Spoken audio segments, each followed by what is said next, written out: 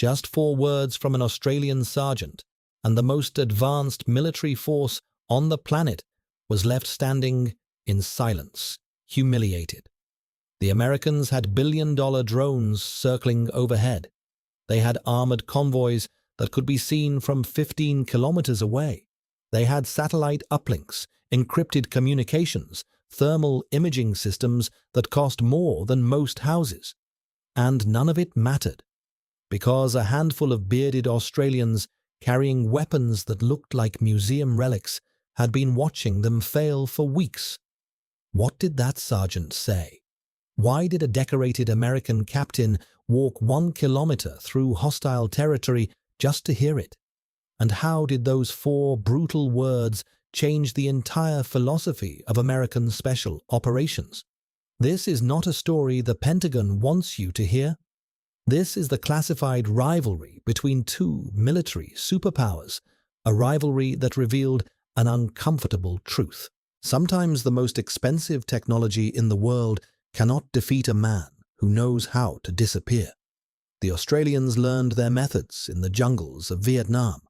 They called themselves the Phantoms, and 50 years later, in the mountains of Afghanistan, they taught the Americans a lesson that no amount of money could buy. Stay with me until the end, because what you are about to discover will change everything you thought you knew about modern warfare. The American convoy rolled through the Uruzgan Valley like a steel thunderstorm in the spring of 2009. 14 armored Humvees, each one weighing more than 6 tons, churned the ancient dust into brown clouds that could be seen from 15 kilometers away. The radio chatter never stopped. Call signs bounced between vehicles every 30 seconds. Air support circled overhead, the drone's engine humming like an angry wasp against the Afghan sky. Inside the lead vehicle, a United States Army captain felt invincible. He commanded enough firepower to level a small city. His men carried the most advanced communications equipment ever deployed to a combat zone. Thermal imaging, satellite uplinks, encrypted channels that could reach the Pentagon in real time. This was the most technologically sophisticated military force in human history, and they were about to learn a lesson that no amount of technology could teach. 3 kilometers to the east, a different kind of patrol moved through the same valley, but you would never have seen them. 5 Australian SAS operators slipped between the rocks like smoke through a keyhole. No vehicles, no radio chatter, no thermal signatures bright enough to register on any sensor. They carried weapons that looked like they belonged in a museum. Their uniforms were faded, patched, bleached by years of desert sun. Their beards would have made a Taliban commander jealous, and they moved with a silence so complete that the birds never stopped singing as they passed. The Americans had the technology of the future. The Australians had the instincts of the past. What happened next would change the way elite forces operated for the next decade. But this was not simply a story about tactics. This was a collision between 2 philosophies of warfare that had been developing since the jungles of Vietnam. And at the center of this collision stood a single Australian sergeant who would deliver the most devastating 4-word critique in special operations history. The American captain had been in Afghanistan for 3 months. He had graduated top of his class at Fort Benning. He had read every manual, memorized every doctrine, and believed with absolute conviction that superior technology would always defeat primitive opposition. His Humvees were equipped with counter-IED jammers that cost $400,000 each. His gunners had night vision systems that could detect a warm body at 2 kilometers. His communications suite could coordinate airstrikes within 90 seconds of contact. He was, by every measurable standard, the most well-equipped infantry officer in the valley. But measurable standards were about to become meaningless. The Australians had been watching the American patrols for weeks. They had counted the vehicles. They had timed the radio transmissions. They had mapped the predictable routes that the convoys followed day after day. And they had noticed something that the Americans had completely missed. The Taliban were watching too. Every time the American convoy rolled out of the forward operating base, insurgent spotters would track its movement and relay positions to ambush teams waiting in the hills. The noise, the dust, the radio chatter, the sheer mechanical presence of the American force announced its arrival like a brass band marching through a library. The Taliban knew exactly when to hide and exactly when to strike. The Americans were loud, and in this war, loud meant predictable. Predictable meant vulnerable. But here was the mystery that baffled every American officer who encountered the Australians. The SASR patrols moved through the same valleys, past the same villages, within kilometers of the same Taliban positions, and they almost never got ambushed. Their casualty rates were a fraction of the American average. Their intelligence collection was exponentially better. Their ability to find and fix enemy positions seemed almost supernatural. How could a handful of men with inferior equipment consistently outperform battalions with billion-dollar support systems? The answer lay in a lineage that stretched back 40 years to the sweltering jungles of Phuoc Tuy province. In 1967, the Australian Army Training Team Vietnam pioneered techniques that would revolutionize special operations forever. They called themselves the Phantoms of the Jungle. They wore no insignia. They carried no identification. They moved through Viet Cong-controlled territory for weeks at a time without making a sound. The American forces called them ghosts. The Viet Cong called them something worse. They were the first Western soldiers to truly understand that noise was the enemy. Not just the obvious noise of gunfire and explosions, but the subtle noise of disturbed birds, of broken twigs, of displaced air that every living creature in the jungle could sense. They learned to move like predators. And they passed this knowledge down through generations of Australian special operators like a sacred text. When the first SASR squadrons deployed to Afghanistan in 2001, they brought this jungle doctrine with them. But they adapted it to the desert. The principles remained the same. Move slow, move silent, become part of the landscape. Never announce your presence to the enemy. Never give them the gift of knowing where you are. The desert was different from the jungle in many ways.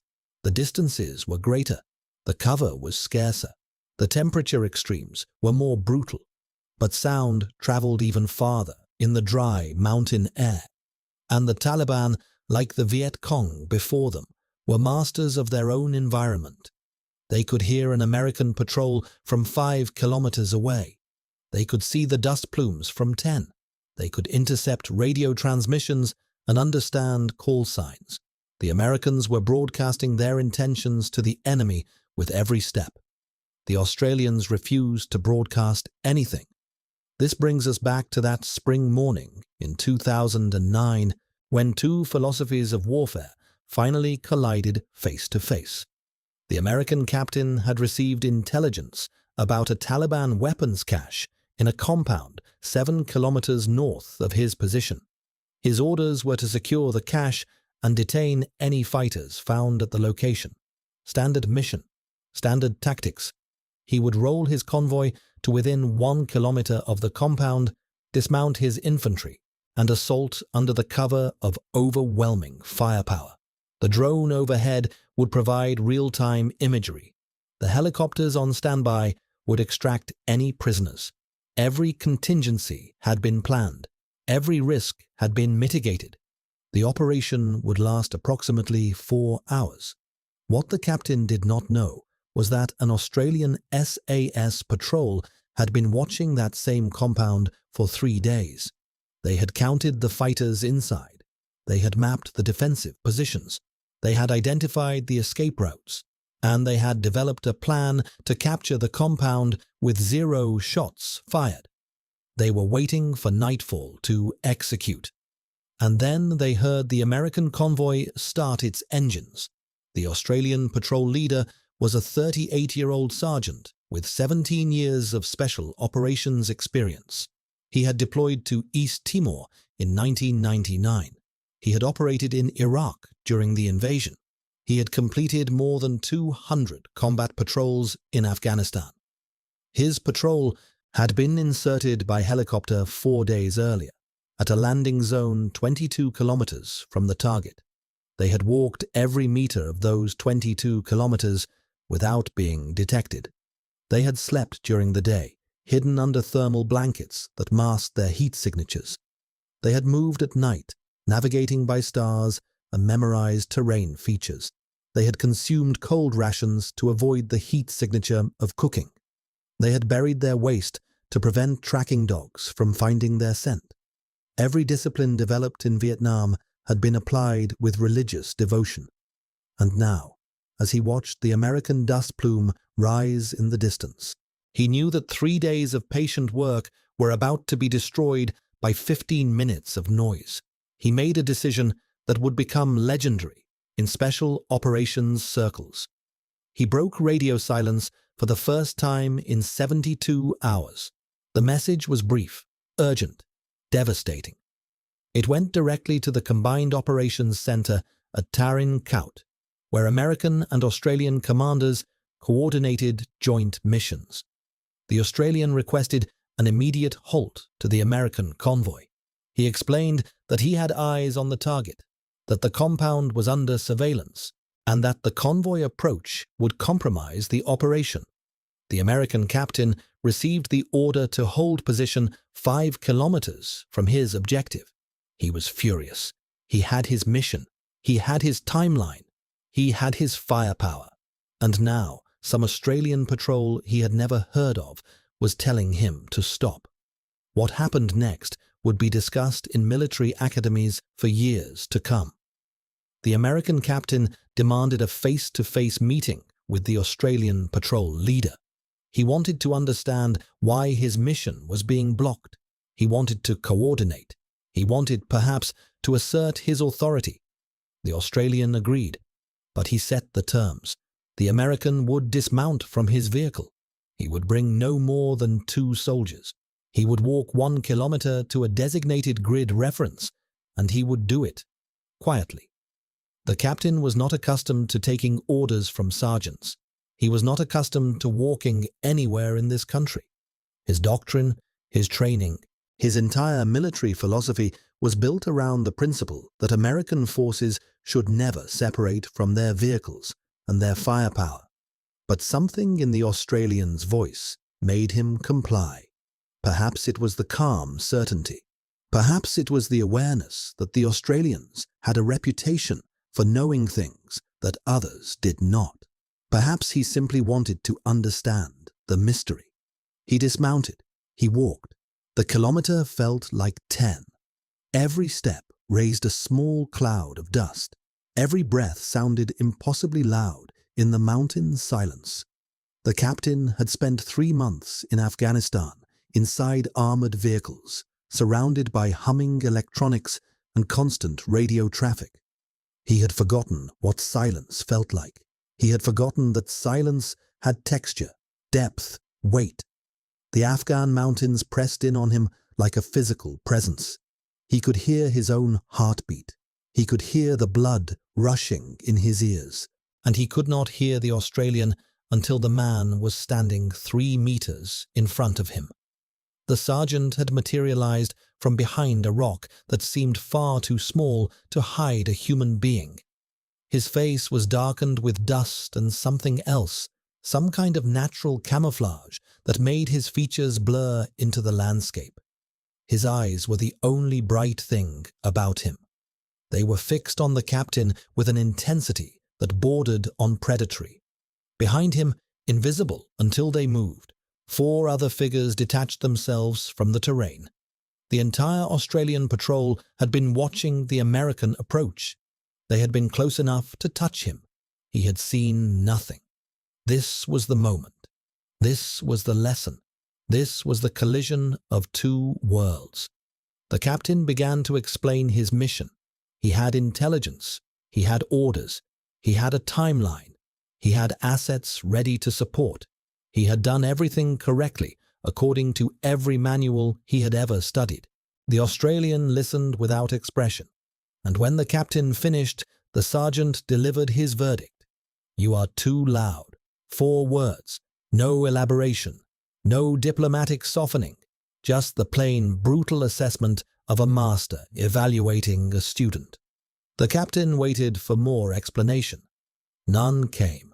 The sergeant simply stared at him with those predator eyes and let the silence do the talking. In that silence, the captain understood something that no classroom had ever taught him. He understood that his entire approach to warfare had been wrong. Not tactically wrong, not strategically wrong, philosophically wrong. He had been trained to dominate the battlefield through noise and power and overwhelming presence. The Australians had been trained to disappear from it, but the lesson was not finished. The sergeant began to explain what the noise had cost them. For the past 3 days, the Australian patrol had watched 17 Taliban fighters move in and out of the target compound. They had identified the commander. They had photographed his face. They had observed his routine. They had mapped his communication patterns. They knew that he received visitors at dawn. They knew that his guards changed shifts at 10 in the morning and 4 in the afternoon. They knew that he slept in the northeast room of the compound. They knew the exact window through which a sniper could take a clear shot. They knew everything that drone operators and intelligence analysts had been trying to learn for months. And they knew it because they had been patient. They had been silent. They had let the enemy believe himself unwatched. Now, with the American convoy halted 5 kilometers away, the Taliban were already reacting.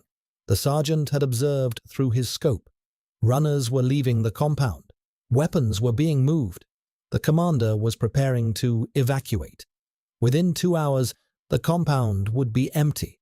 The intelligence opportunity would be lost. 3 days of patient surveillance, destroyed in 15 minutes of diesel engines and radio chatter.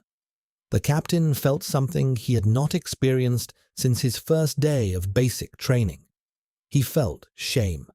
Not the shame of failure, exactly, but the shame of ignorance. He had not known what he did not know. He had not understood that his noise was a weapon the enemy could use against him. He had not grasped that in this war, presence was not power. Absence was power. Invisibility was power.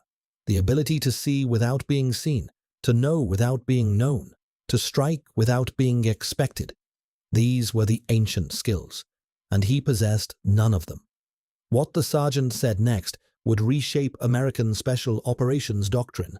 He offered to teach. Not now, not in the middle of a compromised operation, but later. If the American captain wanted to understand how the Australians operated, he was welcome to join a patrol. He would have to leave his vehicles behind. He would have to turn off his radios. He would have to learn to walk again, like a hunter rather than a conqueror. He would have to forget everything he thought he knew about dominance and embrace everything he feared about vulnerability. The sergeant did not promise that the American would survive the experience.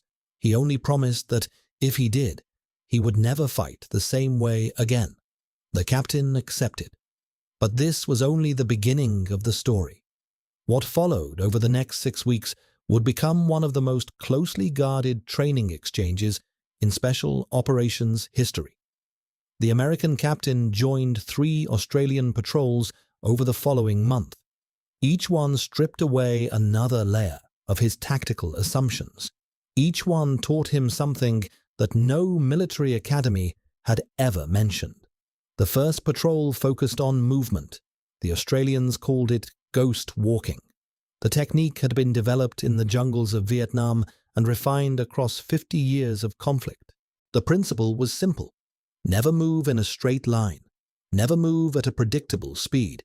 Never move when the enemy expects movement. The human eye is drawn to motion. The human brain is trained to detect patterns. If you move straight, you create a pattern. If you move fast, you create motion. If you combine the two, you become visible, even at great distance. The Australians moved in curves and pauses. They matched their speed to the environment. They stopped when birds flew overhead. They froze when dogs barked in distant villages. They became part of the landscape by obeying its rhythms. The second patrol focused on communication, or rather, the absence of communication. American doctrine required constant radio contact between elements, position reports every 15 minutes, status updates after every movement. The Australians operated on radio silence for days at a time. They communicated through hand signals that had been standardized across decades of combined operations. A closed fist meant stop. An open palm meant danger. A pointed finger indicated direction. 2 fingers to the eyes meant observe. A thumb across the throat meant enemy contact. The vocabulary was limited, but it was also invisible. No electronic signature, no interceptable transmission, no indication to the enemy that anyone was even present. But the third patrol taught the most important lesson of all. It taught the captain about patience. American operations were built around timelines. Insert at 0300 hours, reach objective by 0430. Assault at 0500, extract by 0600. Every minute was accounted for. Every contingency had a scheduled response. The Australians operated on a different concept entirely. They called it environmental time. The mission would begin when conditions were right. The assault would happen when the enemy was vulnerable. The extraction would occur when safety was certain. There were no deadlines. There were no schedules. There was only the patient observation of reality and the willingness to wait for opportunity. On the third patrol, the captain experienced environmental time in its purest form. The objective was a Taliban commander who operated from a mountain village 43 kilometers from the nearest coalition base. American forces had tried to capture him twice. Both times, he had escaped before the assault began. His intelligence network was too good. His warning time was too long. The moment American helicopters crossed the horizon, he simply vanished into the mountains. The Australian plan was different. There would be no helicopters. There would be no vehicles. There would be no timeline. A 6-man patrol would walk to the village over 4 nights. They would establish a hidden observation post and wait. They would watch the village for as long as necessary. Days, weeks, however long it took to understand the target's patterns. And when the moment was right, when the commander was isolated and vulnerable and unsuspecting, they would move. The American captain was allowed to join this patrol as an observer. He was given strict conditions. He would carry his own equipment. He would move as the Australians moved. He would communicate as they communicated. He would obey every instruction without question. If he compromised the patrol through noise or visibility, he would be extracted immediately and never invited again. These terms were not negotiable. The walk to the village took 3 nights. Each night, they covered approximately 15 kilometers. Each day, they hid in pre-selected locations and slept beneath thermal blankets. The captain learned what it meant to be truly uncomfortable. No hot food, no warm shelter, no communication with the outside world, just the dirt beneath his back and the relentless Afghan sun overhead, and the knowledge that enemy fighters might be walking past at any moment. By the 3rd day, something had changed in him. The constant anxiety of the first 48 hours had faded. He no longer jumped at every sound. He no longer craved the radio chatter that had once felt essential. He had begun to hear the landscape in ways he had never noticed before. The pitch of the wind through different rock formations, The calls of different birds at different times of day, the distant rumble of a truck on an unseen road. He was learning to read the environment. And for the first time in his career, he understood why the Australians could move unseen. They were not hiding from the world. They were listening to it. The observation post was established on a ridge overlooking the target village. From this position, the patrol could see every building, every path, every movement within a radius of 2 kilometers. But they could not be seen themselves. The Australian sergeant had selected the position weeks earlier during a reconnaissance flight. He had memorized the terrain from photographs. He had calculated the sight lines. He had identified the dead zones where the villagers never looked because nothing interesting had ever happened there. The position was perfect.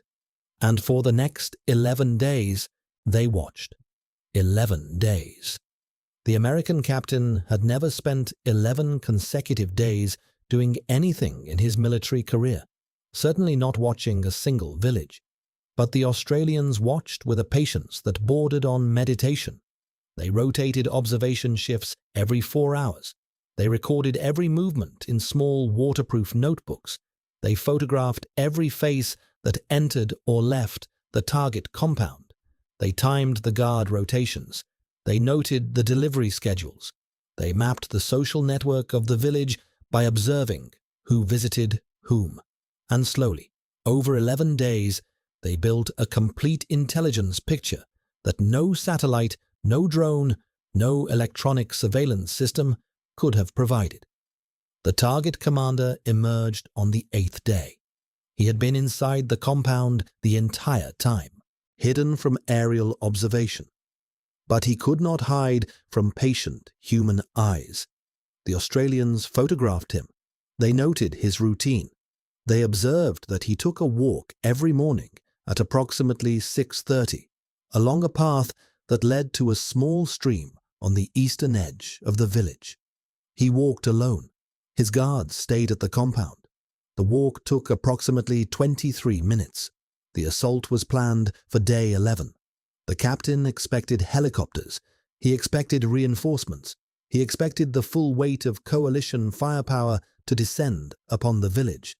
None of that happened. At 4:15 in the morning, 3 Australians left the observation post and moved toward the village. They carried suppressed weapons, knives, and flex cuffs. Nothing else. No armor. No night vision. No communication equipment.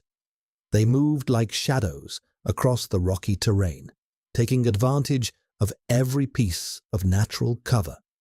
By 5:45, they were in position along the commander's walking path. By 6:23, the commander emerged from his compound and began his morning routine. By 6:26, he was face down in the dirt with flex cuffs on his wrists and an Australian boot on his neck. No shots fired, no alarms raised, no guards alerted. The village continued its morning routine, unaware that its leader had just disappeared. The extraction was equally invisible. The prisoner was moved back to the observation post, then to a pre-designated helicopter landing zone 5 kilometers away. The patrol exfiltrated along a different route, leaving no evidence that they had ever been present. The entire operation, from insertion to extraction, had taken 14 days. The actual assault had taken 3 minutes, and the commander who had evaded American forces for 2 years was now in custody, his intelligence value intact, his network unaware that he had been captured. The American captain returned to his base a different officer. He had witnessed something that contradicted everything he had been taught. He had seen that smaller could be more powerful than larger, that slower could be faster than fast, that silence could be louder than noise. He began to change his tactics. He reduced his convoy sizes. He increased his dismounted patrols. He trained his men in hand signals and ghost walking. He stopped announcing his presence to the enemy. And within 3 months, his casualty rates dropped by 40%. But he was not the only American who learned from the Australians during that deployment. Word of the silent patrol had spread through special operations channels.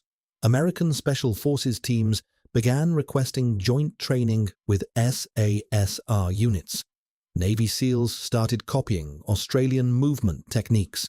Marine raiders adopted the observation patience that had captured the Taliban commander. Within 2 years, American doctrine had begun to shift. The concept of environmental time appeared in training manuals. The principle of signature reduction became a formal requirement. The obsession with constant communication gave way to acceptance of radio silence. The Australians had not just taught one captain. They had changed the philosophy of an entire military. But this transformation came with complications that neither side had anticipated. The Australian methods worked because they required small numbers. A 6-man patrol could move invisibly. A 60-man company could not. American military culture was built around large-scale operations with overwhelming force.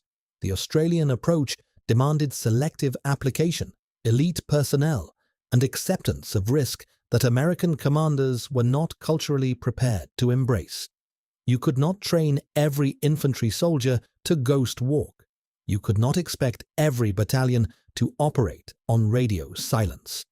The techniques were inherently limited to special operations units, and this created tensions between American conventional forces and the special operators, who now moved differently from everyone else.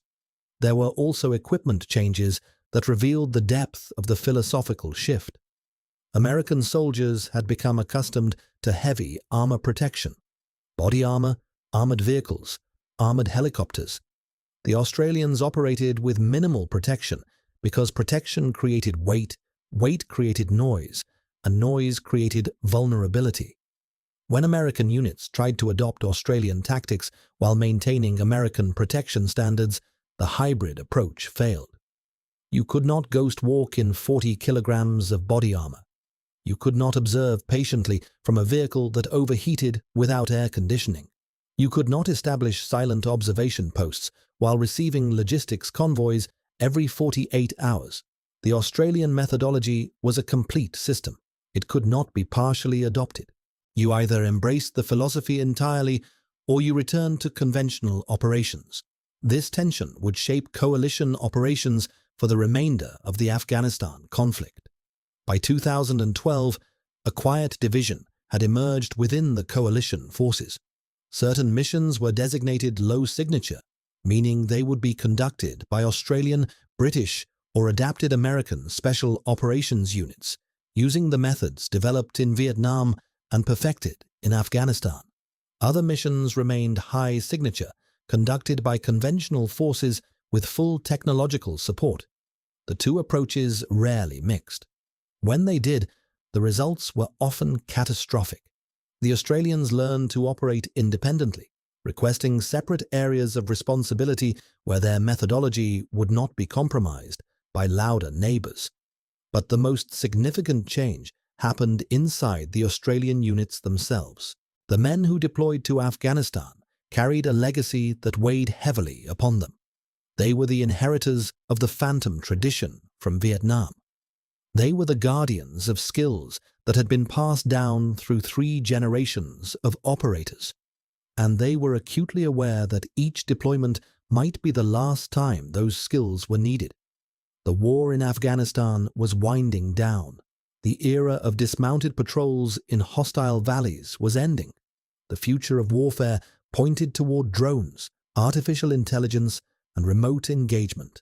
The ancient skills of tracking and patience and silent movement might never be required again. This awareness created a determination to document everything, to teach everything, to pass the knowledge forward even if the next generation never used it. Veterans of the Afghanistan deployments began writing training manuals that captured techniques never before committed to paper. They created video documentation of movement methods, observation protocols, and assault procedures. They established mentorship programs that paired experienced operators with younger soldiers who might someday face similar environments. The knowledge could not be allowed to disappear. Too much had been sacrificed to develop it. Too many lessons had been written in the currency of suffering and loss. And there was loss. Tremendous loss that the clean narrative of tactical superiority could never erase. The same skills that made the Australians so effective also placed them in the most dangerous situations imaginable. They operated far from support, deep in enemy territory, with minimal firepower and no armor. When things went wrong, they went wrong catastrophically. The statistics told one story, a story of low casualty rates and high mission success. But behind those statistics were individual tragedies that haunted every operator who served. The sergeant who taught the American captain was himself carrying wounds that no medical officer could treat. He had lost 3 close friends during his deployments. He had made decisions that resulted in the elimination of enemy fighters whose faces still visited his dreams. He had seen things that the clean language of after-action reports could never capture. The 1,000-yard stare that Vietnam veterans had made famous appeared in his eyes whenever the conversation turned to certain operations. He was not unique. Every Australian who served in Afghanistan for extended periods carried similar weight. The efficiency of their methods did not reduce the burden. In some ways, it increased it. They were so close to the enemy during operations that they saw details that soldiers engaging from greater distances never witnessed. They heard final moments. They smelled fear. They carried sensory memories that no amount of counseling could entirely erase. This was the dark cost of the old-school approach. The technology that the Australians criticized also provided psychological distance. An operator watching a drone feed experienced combat differently than an operator lying 3 meters from a target. The emotional insulation of screens and sensors and remote engagement protected American soldiers from certain kinds of trauma. The Australians had rejected that insulation. They had embraced close combat because it was more effective. But effectiveness came with a price that was only beginning to be understood. By 2015, studies of Australian Special Operations veterans revealed concerning patterns. Rates of post-traumatic stress were elevated beyond even the high baselines of special operations. Relationship difficulties, substance issues, and psychological symptoms appeared at rates that demanded institutional response. The same men who had been praised as the most effective soldiers in Afghanistan were struggling with challenges that their effectiveness had helped create. They had become too good at their jobs. They had been sent on too many missions. They had accumulated more close combat experience than any generation of Australian soldiers since the Second World War. And that experience had consequences that are still being addressed today. But here is where the story takes its final turn. Here is where the rivalry between technologies resolves into something more complex than simple victory. The American captain who learned from the Australian sergeant stayed in contact over the years that followed. They exchanged emails. They met at international conferences. They discussed the evolution of warfare and the place of their respective approaches within it. And by 2020, both men had reached the same conclusion. Neither approach was complete without the other. The technology that the Australians had criticized was evolving rapidly. Drones were becoming quieter. Sensors were becoming more sophisticated. Artificial intelligence was enabling signature reduction that would have seemed impossible in 2009. The noise problem that had defined American operations was being solved not through cultural change, but through engineering advancement. Future American soldiers would be able to operate with Australian silence while maintaining American firepower. The dichotomy was collapsing. At the same time, the patience that defined Australian operations was being enhanced by technology. Surveillance systems could now maintain observation for weeks without human presence. Pattern analysis that once required 11 days of human watching could be completed by algorithms in 11 hours.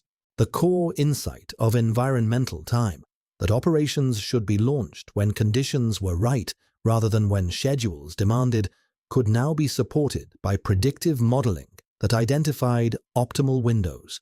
The rivalry had ended, or rather, it had evolved into synthesis, but the legacy remained. And the legacy was about more than tactics. The Australian sergeant retired in 2017. He returned to a small town in Queensland where he had grown up. He occasionally taught at the Special Operations Training Facility, passing on techniques to soldiers who would face different wars in different decades. He rarely discussed specific operations. He never claimed credit for changing American doctrine. He simply continued the tradition that his mentors had established, teaching what he knew to those who needed to know it. The American captain rose to the rank of colonel. He commanded a special operations task force and implemented policies directly derived from his experience in that Australian patrol. When he retired, he cited that 11-day observation mission as the defining experience of his career. He had entered as a student of technology. He had emerged as a student of patience, and he spent his final years teaching other officers the lesson that the Australian had taught him.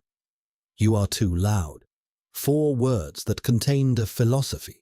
4 words that bridged Vietnam and Afghanistan.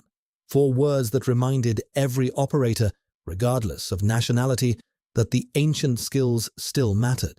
Technology would change. Weapons would evolve. Tactics would adapt. But the fundamental truth remained constant across every era of warfare. The soldier who could see without being seen would always defeat the soldier who could not. The soldier who could wait would always outlast the soldier who could not. The soldier who could become part of the landscape would always outmaneuver the soldier who disturbed it. This was the Vietnamese inheritance. This was the Australian gift. This was the lesson that echoed from the jungles of Phuoc Tuy to the mountains of Uruzgan. In war, silence is power. In war, patience is speed. In war, the old ways sometimes defeat the new. And somewhere in those Afghan valleys, the ghosts of the original phantoms watched their descendants carry the tradition forward. They had taught the Americans. They had earned the respect of the SEALs. They had proven that technology alone would never replace instinct. The Australians had remained too quiet to be detected, too patient to be anticipated, too skilled to be defeated by mere machines. They had maintained the lineage that stretched back 50 years, and they had ensured that it would stretch forward for 50 more. But the ultimate test of that lineage was not measured in enemy contacts or mission successes. It was measured in the men themselves. The sergeant who had delivered those 4 devastating words carried them with him every day. He understood what they cost. He understood what they demanded. He understood that being too quiet meant being too close, and being too close meant carrying burdens that louder soldiers never faced. The 1,000-yard stare in his eyes connected him to generations of silent warriors, from the first LRRPs in Vietnam to the last SASR patrols in Uruzgan. They had all paid the same price, they had all earned the same look, and they had all passed the same lesson forward in the desperate hope that someone would remember when the silent skills were needed again. The American learned, the doctrine changed, the legacy endured, and in the end, that was enough.